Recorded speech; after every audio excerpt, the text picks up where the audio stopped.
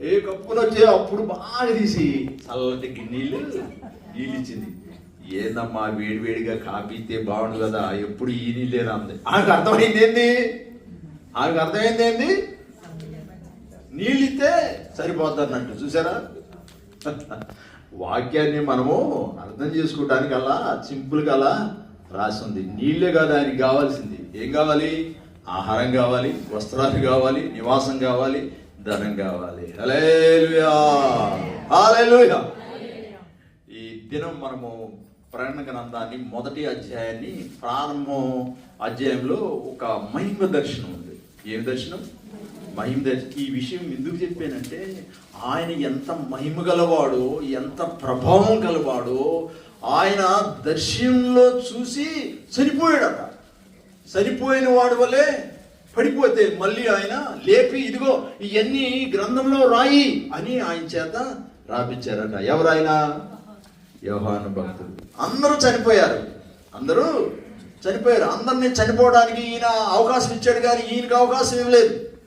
నిండు వృద్ధాప్యంలో ఆయన పద్మాసు దీపంలో ఈ మహిమ దర్శనాన్ని చూశారు. 2 మహిమ దర్శనాలు ఉంటాయి. 1వ అధ్యాయము 10వ వచనం దగ్గర నుంచి 17-18 వచనాల దాకా ఆయన మహిమ దర్శనం అంటే ఆయన మహిమని చూస్తున్నాడు దర్శనంలో.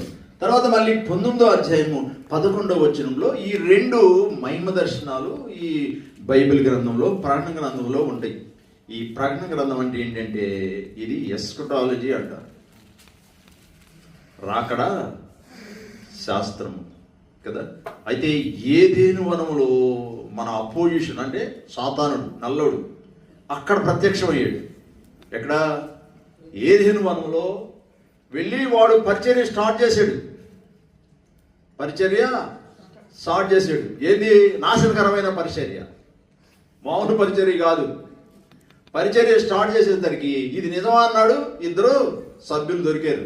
ఇప్పుడు ఎంతమంది సభ్యులు ఉన్నారో భూమి మీద ఆడికి 800 కోట్ల మందిలో ఆడివాడు ఎంతమంది ఉన్నారో, ఎంతమందిని సంపాదించుకున్నాడు, ఎంతమందికి గానాలు వేసాడు, ఎంతమందికి ఉరులేసాడు, ఎంతమందికి నీ వలేసి పట్టుకున్నాడు. ఎక్కడికి వెళ్తావు? వెళ్ళు, పర్వాలేదు, నువ్వు సంఘానికే కదా వెళ్ళేది, ఆరాధనకే కదా వెళ్ళేది, నన్ను మాత్రం నువ్వు వదిలిపెట్టవద్దు.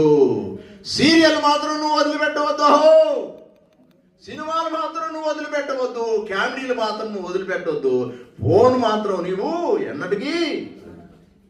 ఎన్ని బైబిల్ వదిలిపెట్టారండి అక్కడ ఉన్నాయి. ఫోన్ ఎవరన్నా వదిలిపెడితే ఏమన్నా ఉందా?